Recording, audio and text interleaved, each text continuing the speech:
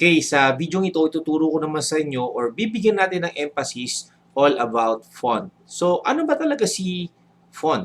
So, si font, ito yung graphical representation ng text. Actually, ang font natin sa HTML, katulad dun sa ibang software, pwede nating palitan ng font style, font face, font size, so mga design, no? So, okay, pakita ko muna sa inyo, no? Para mas maintindihan natin. So, normally, yung nilalagay nating mga output sa screen natin, yung display, kalimitan yung normal text, no? For example, ganito. HTML. Then, okay.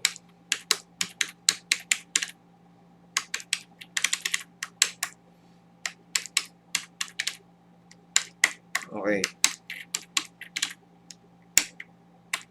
Lagyan natin. In this video, you will learn all about fonts. No? Then, close natin. Then, HTML, close. Okay. Dito ulit tayo maglalagay sa desktop ng folder. Okay, so file, save as. Okay. So, double-click sa desktop, new folder. Tignan natin, all about font. So, double-click. Tignan natin, fonts.html. Okay, save. Okay, double-click si icon. So, ito po yung normal normal text or normal font natin, no? So, lagyan natin sa 100% to. Ayan. Usually ganito. So, kung gusto natin palakihin ng size, okay, adjust muna natin para mas kita ninyo, no? Okay, kung gusto niyo palakihin ng size using HTML code, no? Okay, so ganito lang.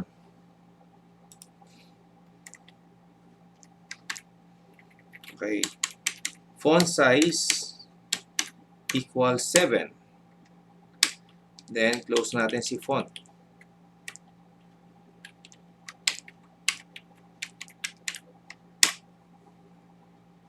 File, save.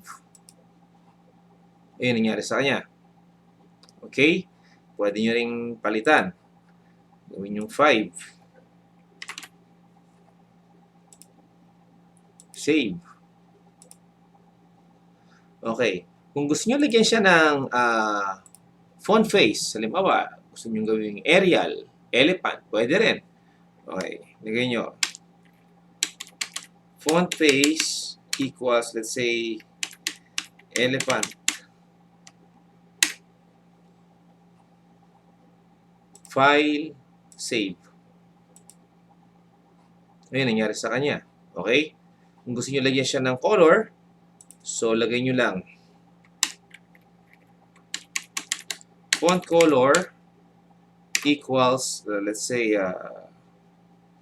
green.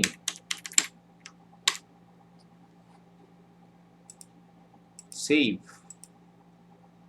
Okay? Or blue.